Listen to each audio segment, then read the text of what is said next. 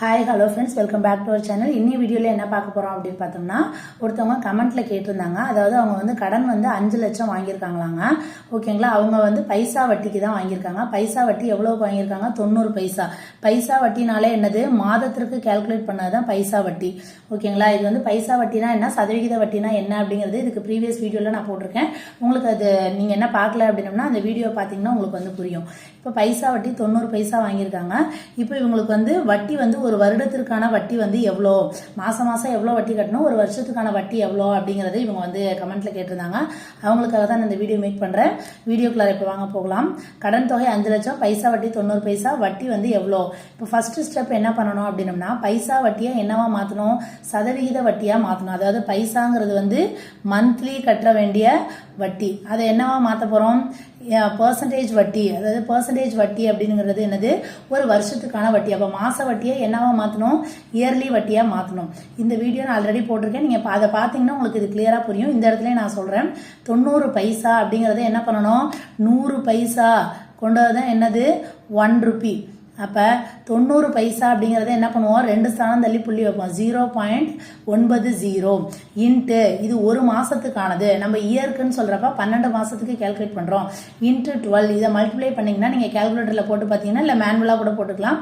10.8% வட்டி அப்படின்னு சொல்லி வரும். இது எதுக்கான வட்டி? ஒரு வருஷத்துக்கான வட்டி. இப்ப 10.8% என்ன அர்த்தம்?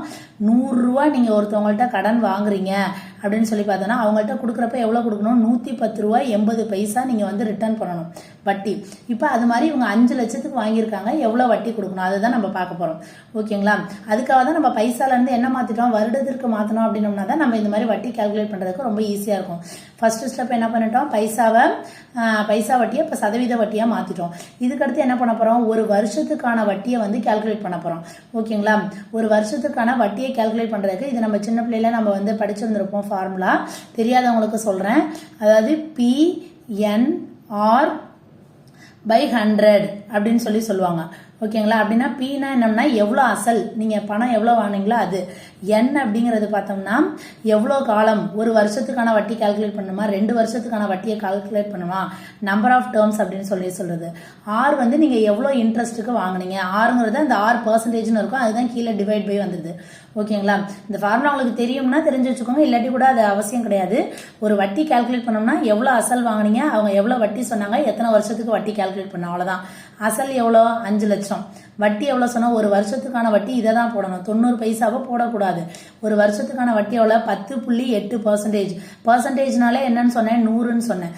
அப்ப 10.8 டிவைட் பை 100.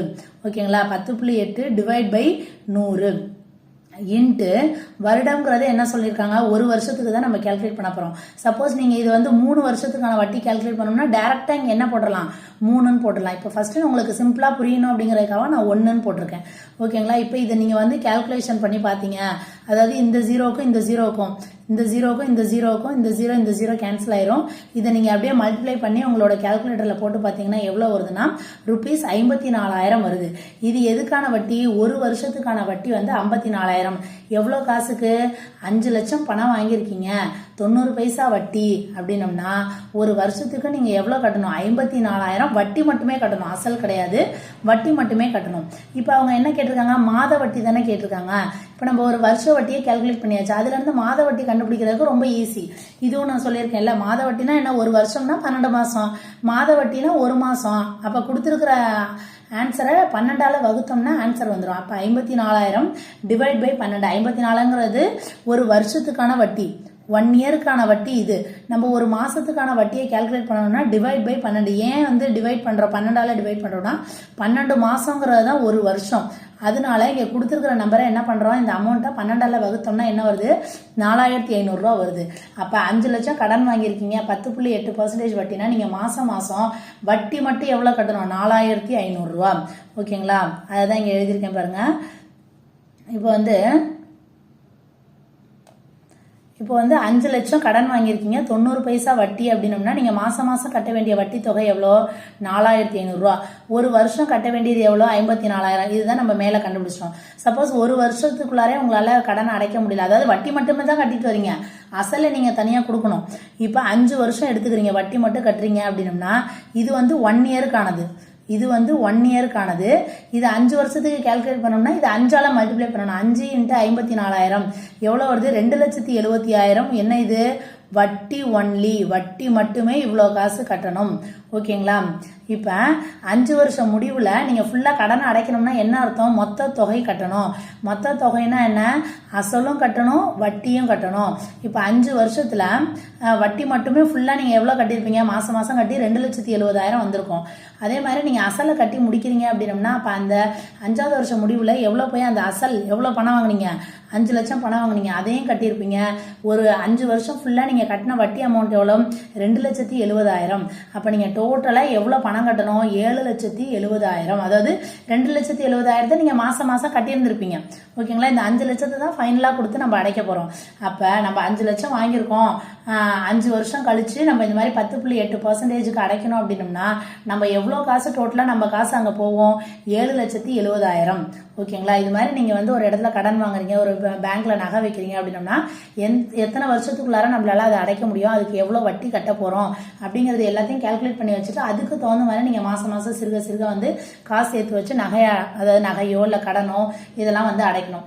ஓகே ஃப்ரெண்ட்ஸ், இந்த இது இப்போ உங்களுக்கு வந்து வட்டி கால்குலேஷன் வந்து புரிஞ்சிருக்கும்னு நினைக்கிறேன்.